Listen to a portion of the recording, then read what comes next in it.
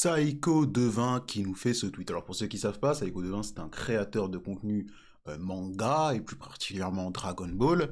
Et il a fait ce tweet pour défendre l'immondice qui était le Super Saiyan 4 dans Dragon Ball Daima.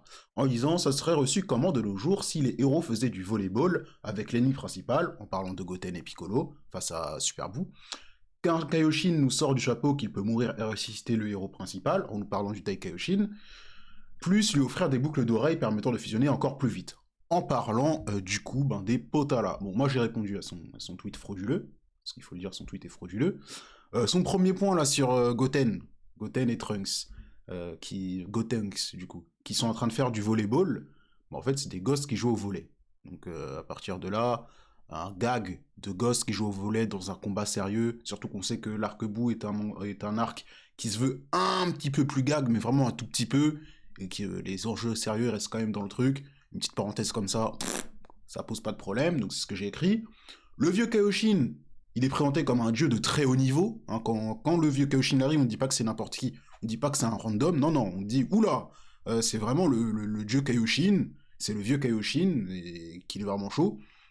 Donc il a la capacité de faire des choses mystiques, comme échanger sa vie, parce qu'il y a une contrepartie, lui il meurt, même si ça change rien pour lui, parce qu'il est toujours dans le monde des Kaioshin, mais il est mort techniquement. Il y a une contrepartie. Donc que lui il meurt pour que Goku revienne à la vie, ce n'est pas choquant.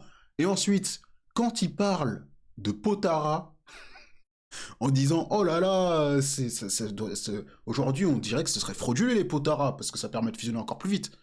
Il a complètement oublié qu'il y a une grosse contrepartie avec les Potara, qui est qu'une fois que tu utilises les Potara, tu as fusionné à vie. C'est pas hop là je mets les Potara, on fusionne 30 minutes, c'est pas du DBS. Dans DBZ, on disait bien, la contrepartie c'est qu'on fusionne à vie. Et le truc qu'ils a défusionné, c'est l'organisme de boue. Mais bon. Et lui après il a répondu en disant Piccolo, un gosse? Oh là là, première nouvelle! Bah Piccolo il était dégoûté en fait. C'est limite Goten qui l'a forcé à faire ça. Lui il voulait pas. Mais dans le feu de l'action il avait pas le choix. Donc bon, les défenseurs de Dragon Ball Daima, vous avez le droit d'aimer le Super Saiyan 4, hein. Vous n'êtes pas débiles si vous aimez le Super Saiyan 4. Je ne suis pas le chef otaku pour traiter les gens de débiles parce qu'ils aiment un dessin animé. Surtout que, encore une fois, la transformation n'est pas dégueulasse. Mais là, juste qu'elle est très très mal amenée.